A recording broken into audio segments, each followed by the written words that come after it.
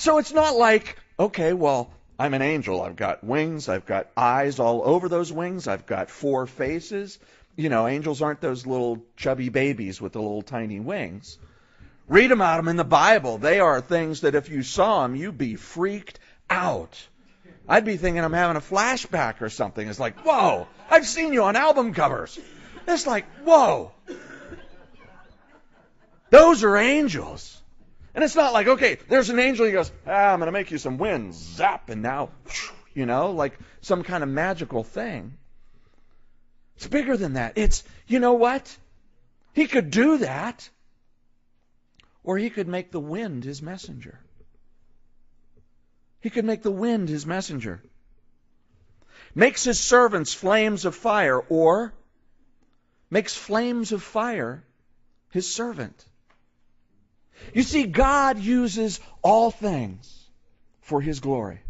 All things were created for His honor and glory. Sin came in and just messed everything up, twisted it. It's out of focus. But it's all for His glory, and God continues to use it in that way. So that you're reading the Bible and you're going, man, I'm not getting this one, Lord. I don't know. You go out for a walk, and you're walking through the forest, and you hear or see this beautiful, majestic bird. And you look up and you see that this bird, it's some kind of hawk or eagle. And it takes off from the tree nest that it's in, and it begins to just soar. And God speaks to your heart and says, if you wait on me, I'll make you just like that. Whoa.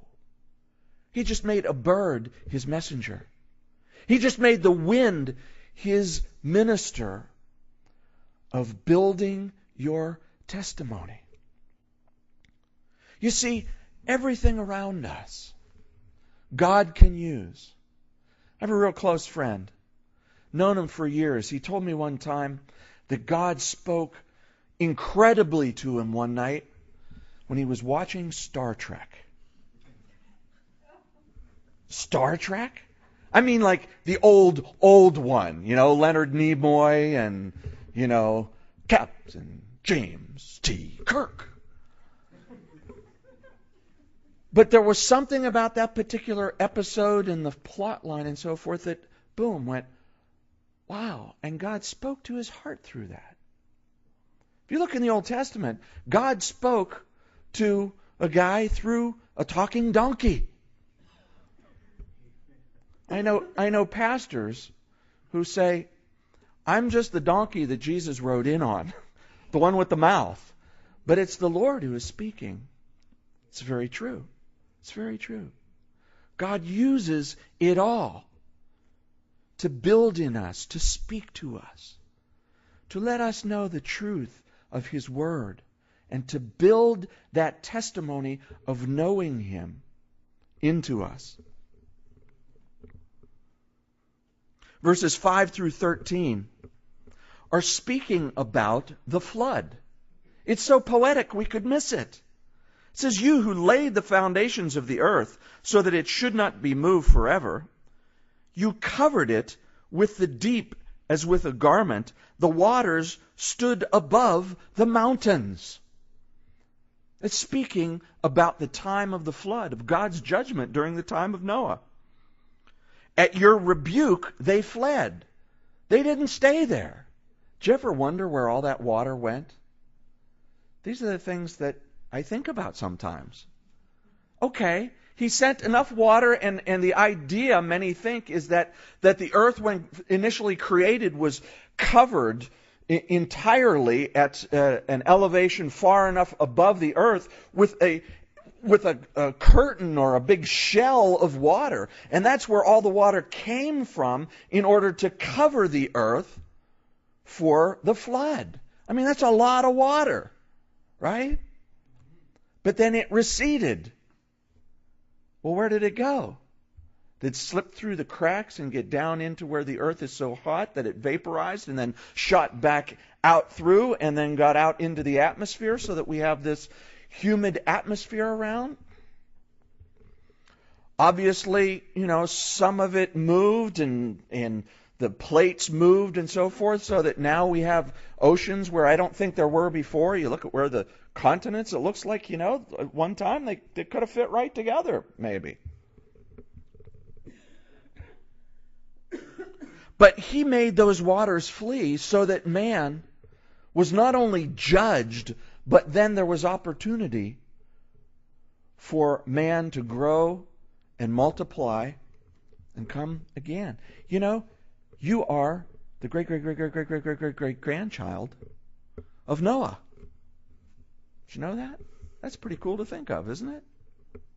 Not only Adam and Eve, but of Noah. You can trace your lineage for sure back to him. At your rebuke they fled. At the voice of your thunder they hastened away. They went up over the mountains. They went down into the valleys to the place which you founded for them. And you have set a boundary that they may not pass over, that they may not return to cover the earth. Wherever all that water is, the Lord has set a boundary, and He has promised. The rainbow is the seal of that promise, the sign of that promise, that He will never destroy the earth again by a flood. Wow. How cool. The very thing that God used to judge the earth and cleanse it, He also set a boundary for it. And through that, look at verse 14. Well, verse 10. He sends the springs into the valleys, and they flow among the hills, and they give drink to every beast of the field. The wild donkeys quench their thirst, and by them the birds of the heaven have their home. They sing among the branches. He waters the hills from His upper chambers, and the earth is satisfied with the fruit of your work. So the very thing that He used to judge and cleanse the earth, He also used to feed the earth and provide for the vegetation and the food and so forth. See, we think so narrowly sometimes, and we see, the flood, man, was just there to wipe everybody out. But then also that water was used to create the earth that we have today that can support life. Wow. God's a lot smarter than I am. He causes the grass to grow for the cattle and vegetation for the service of man, that he may bring forth food from the earth, and wine that makes glad the heart of man, oil to make his face shine, and bread which strengthens man's heart. The trees of the Lord are full of sap, the cedars of Lebanon which he planted, where the birds make their nests. And the stork has her home in the fir trees, and the high hills are for their wild goats, and the cliffs are a refuge for the rock badgers.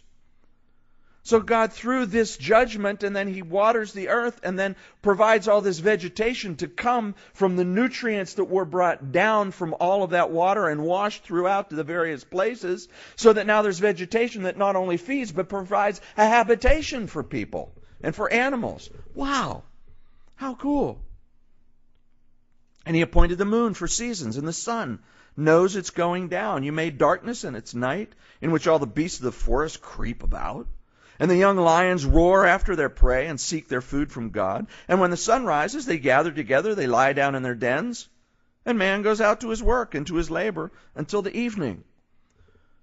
God controls the times and the seasons and set them in motion so that we order our lives by the way that God has set the times and the seasons. Yeah, we have watches. I got one here, I got one here. But all they are doing is aligning themselves to what God set in place in setting seasons and times and the rotation speeds and cycles of the moon and the sun and the earth in such a precise way that we order our lives by it. Wow. Wow, how good is God? And that's where the psalmist comes through. O Lord, how manifold are your works. Do you know what a manifold is? Those of you that work on cars know what a manifold is, or other industrial equipment. A manifold is something that takes one stream and divides it into many. It's many-fold. And so the gas comes from your gas tank in one line, but at some point it's distributed through the fuel manifold, and your exhaust manifold takes all of the gases from the different cylinders and combines it and sends it out as one. And that's what the psalmist is saying is, you do so much.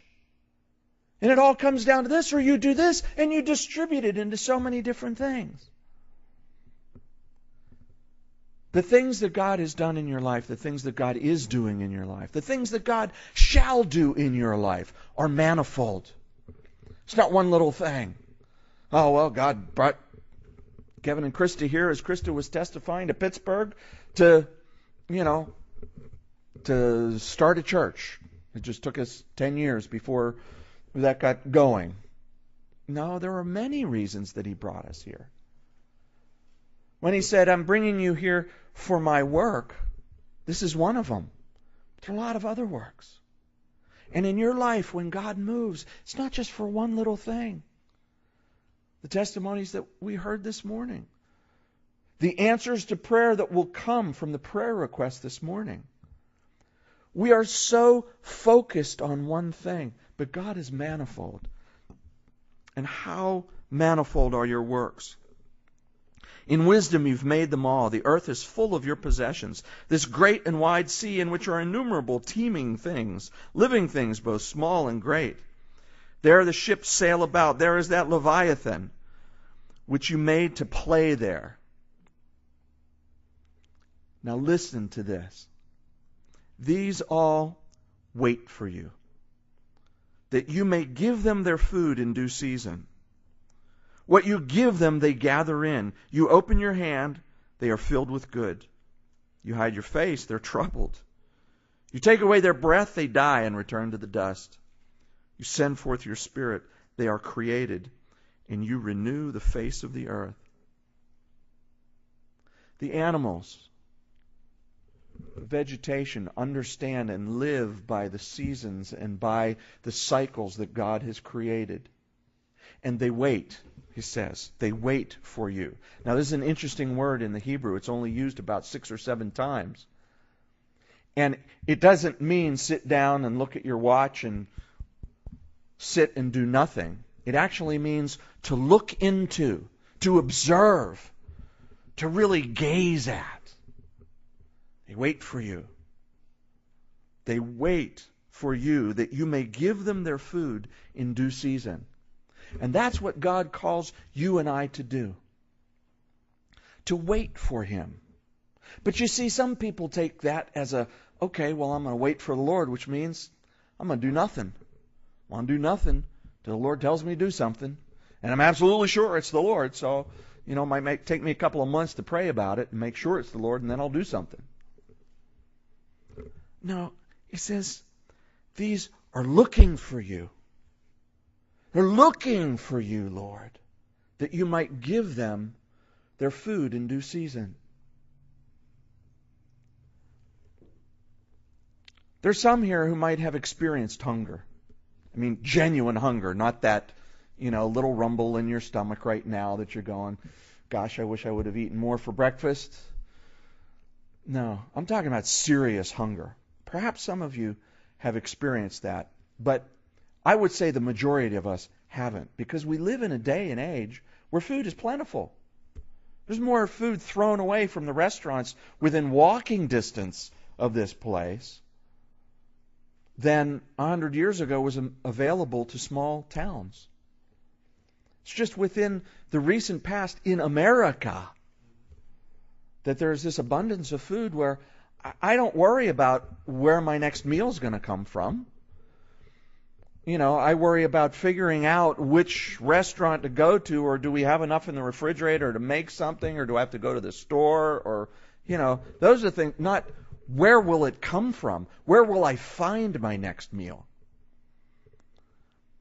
But for most of humankind's history, that's the way it's been. How will I get my next meal?